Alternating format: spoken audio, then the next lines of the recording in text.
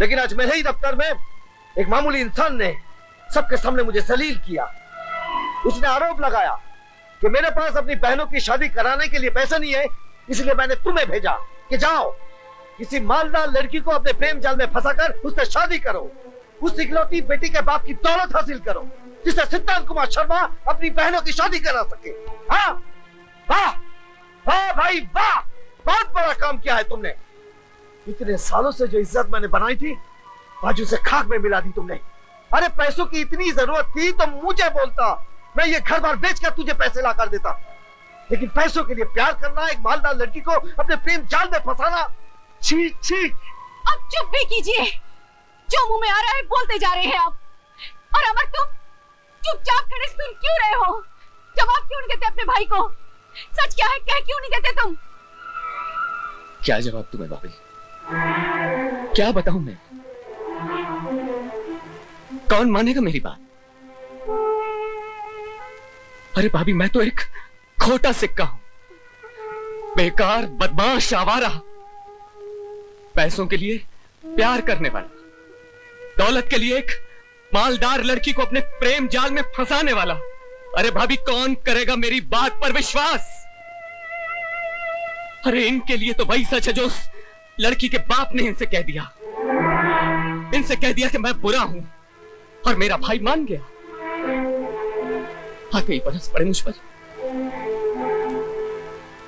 सारे आरोप लगा दिए इन्होंने मुझ पर। अभी ये भी नहीं पूछा कि क्या सही है या गलत। लेकिन जब एक बड़ा भाई एक छोटे भाई को गालियां देने लगे, तब एक छोटा भाई सिवाय चुप रहने के और कुछ नहीं कर सकता। नहीं भाभी, मुझे कोई सफाई नहीं दे रही, मुझे कोई सफाई नहीं दे रही। अमर,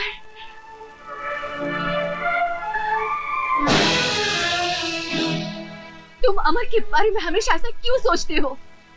तुम सच जानना चाहते हो तो सुनो, अमर ने किसी लड़की को नहीं फंसाया है। मोहब्बत की पहली पहल उस लड़की ने की थी। अब दोनों एक दूसरे से प्यार करते हैं और शादी करना चाहते हैं। अब जाकर उस सेठ से कह देना, हम थूकते हैं उसकी दौलत पर, हमें उसकी एक कौड़ी भी नहीं चाहिए। घर में इतना सब कुछ हो जाता है और मुझे कोई कुछ नहीं बताता। आखिर वो मेरा भाई है, कोई पराया तो नहीं।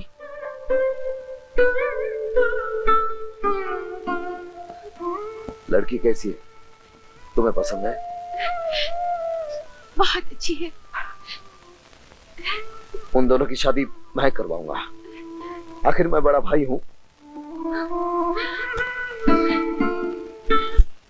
ऐसे ही होता है। चल भाई। अरे अमर, ओए, तू इतने गुस्से में कहां जा रहा है? सेठ दौलत राम को भैया की बेइज्जती का जवाब दे। देखो, मुझे 25 लाख रुपए चाहिए, दे रहे हो या नहीं? नहीं, जो आदमी अपनी बात का पक्का नहीं, मैं उसके साथ कोई बिजनेस नहीं करता। पहले मुझे 2 करोड़ रुपए वापस करो, उसके बाद दूसरी बात करना। मैं कहीं भागा जा रहा हूं क्या? सब मिल जाएगा। 6 महीने से कह रहे हो कि सब मिल जाएगा, सब मिल जाएगा। अगर देखो 8 दिन के अंदर मेरा 2 करोड़ रुपए वापस नहीं मिला तो मैं तुम्हारा मकान, तुम्हारी जायदाद नीलाम करवा दूंगा और तुम्हें फुटपाथ पे लाके खड़ा कर दूंगा, समझे? रिलैक्स। लगता है अपनी बेटी का गुस्सा मुझ पर निकाल रहे हो। 8 दिन में तुम्हारी सारी रकम लौटा दूंगा। ठीक है।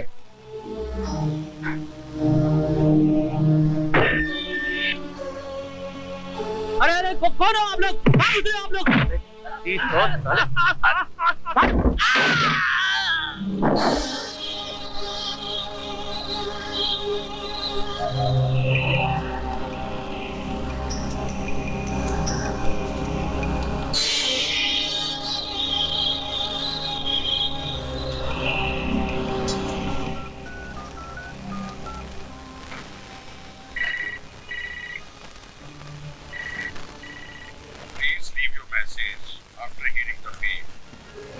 वकील साहब, मैं दौलत राम बोल रहा हूँ। घर पे आते प्लीज मुझे कांटेक्ट कीजिएगा। अरे अरे, ये क्या कर रहे हो? क्या कहा था तुमने मेरे भाई से? उन्होंने मुझे तुम्हारी मालदार बेटी को अपने प्रेम जाल में फंसाने के लिए भेजा है, ताकि मैं तुम्हारी ये दौलत हड़प कर सकूं। अरे थूकता हूं मैं तुम्हारी इस दौलत पर। तो जाओ बाहर जाके थूको। यहाँ क्या करने आए हो? ये पूछने आया हूं कि तुम्हारी हिम्मत कैसे हुई मेरे भाई का अपमान करने की। अपमान किया तो क्या हुआ? क्या कर लेगा तू? अपने भाई का अपमान करने वाले का मैं खून तक कर सकता हूँ। चाकू दिखा रहा है मुझे? धमकी दे रहा है तू? धमकी नहीं, चेतावनी दे रहा हूँ दौलत राम। कल सूरज डूबने से पहले अगर तूने मेरे भाई से माफी नहीं मांगी तो समझ लेना तेरी जिंदगी का सूरज हमेशा के लिए डूब गया।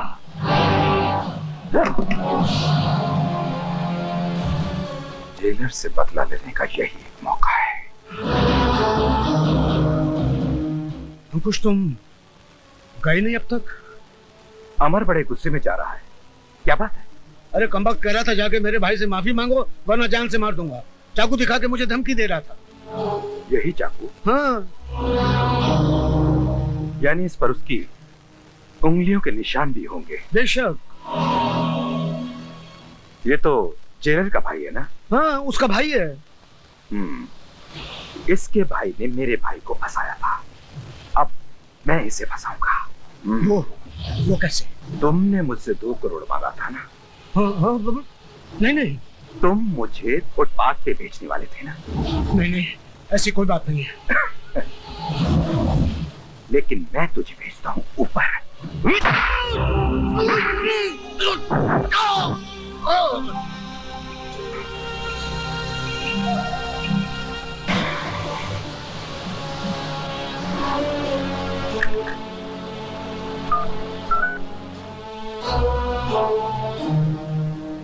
पुलिस स्टेशन, अंकुश राज बोल रहा हूं। यहां दौलत राम का खून हो गया है, फौरन आ जाओ।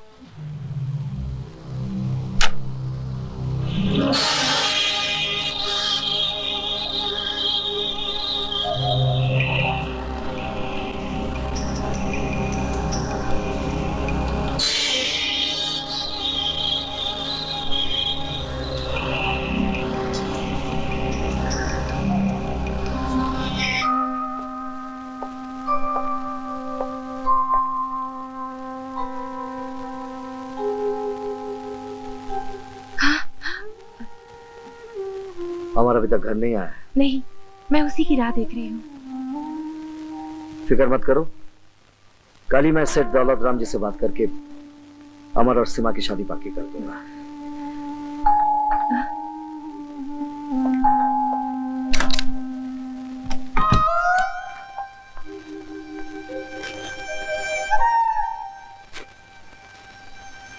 सुनो,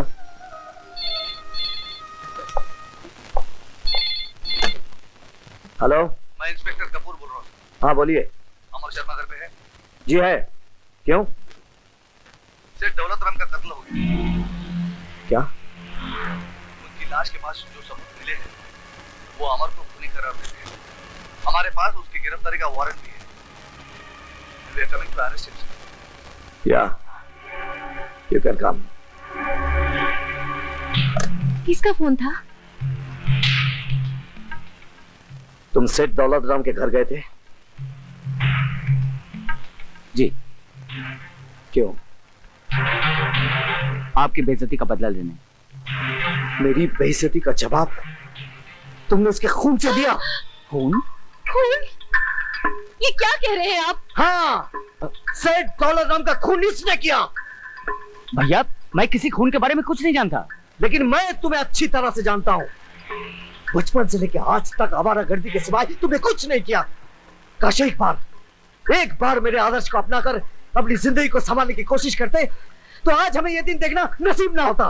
भैया मेरे यकीन कीजिए, मैंने किसी का खून नहीं किया। वैसे भी आप मेरी बात का यकीन क्यों करेंगे? Arrest him. चल साला, मेरे कुछ किया नहीं। चल साले, चल साले, 2-4 दिन इस कोठरी में रहेगा, सब जान जाएगा। ये क्या हो रहा है यार? अपने साथ मुझे क्यों मर रहा है? डर मत पहुंच, जब हमने मर्डर किया ही नहीं तो हमें किस बात का डर? अरे अमर, यही तो टेंशन है ना। हमने मर्डर किया नहीं, फिर भी हम लॉकअप में हैं। अगर मर्डर किया होता फिर लॉकअप में होते तो बात समझ में आती ना। लगता है किसी की साजिश का शिकार बन गए। साजिश? तो फिर अपनी करनी का फल तू भोग। मुझे क्यों हवालात की हवा खिला रहा है तू? मेरा तो दम घुटता है यहाँ। घुटता नहीं है साले, अच्छों का दम निकल जाता है यहाँ पे। जिस दिन फांसी का फंदा तुम्हारे गले में होगा उस दिन समझोगे तुम।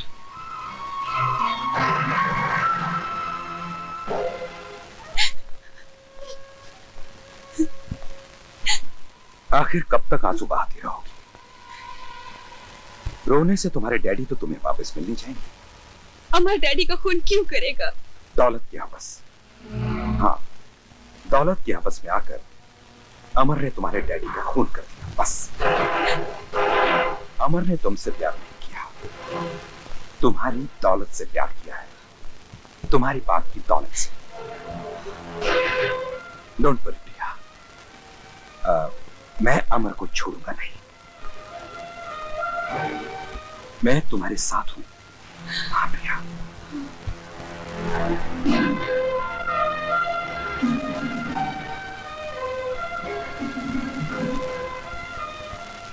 शादी के बाद जो गाउन हमेशा के लिए उतार दिया था, आज फिर उसे पहनूंगी।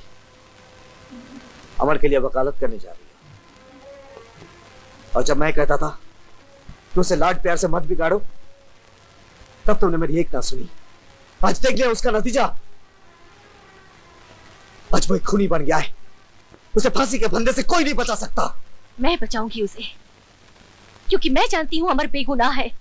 उसने कोई खून नहीं किया। अमर कभी खून कर ही नहीं सकता। शायद तुम्हारे प्यार ने तुम्हें अंधा कर दिया है। तुम जानती हो कि सारे सबूत, सारे गवाह उसके खिलाफ है। शहर के बड़े बड़े वकीलों ने ये केस लेने से इनकार कर दिया है। तुम क्या चाहते हो? ये केस मैं ना लड़ूं और तुम्हारी तरह उसे डांट कर, भला बुरा कहकर, खूनी समझकर चुपचाप घर में बैठी रहूं? नहीं, ये केस मैं लड़ूंगी। अमर को बेगुनाह साबित करने की पूरी कोशिश करूंगी मैं, चाहे सबूतों का फंदा कितना ही मजबूत क्यों ना हो। बस मुझे आपका आशीर्वाद चाहिए।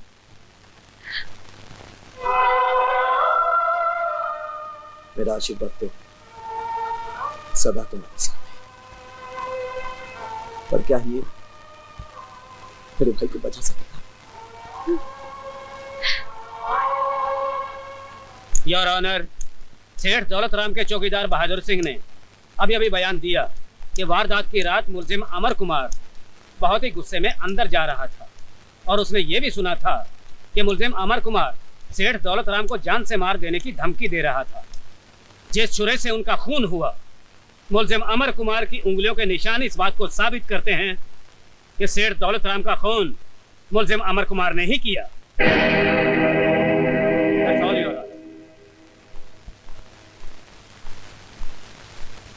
मिसेस शीला शर्मा, आपको इस चौकीदार से कुछ पूछना है? यस मी लॉर्ड। तुम सेठ दौलत राम के यहाँ कितने साल से हो? 3 साल से मैडम। क्या काम करते हो? चौकीदारी।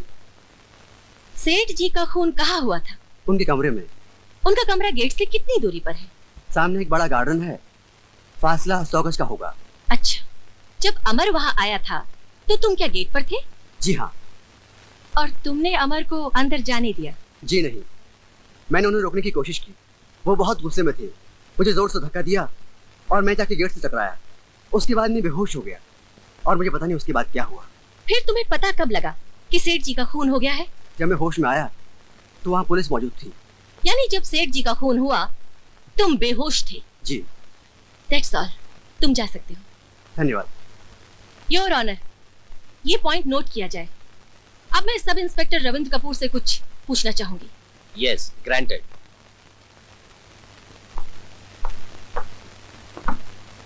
Sub inspector Ravindra Kapoor,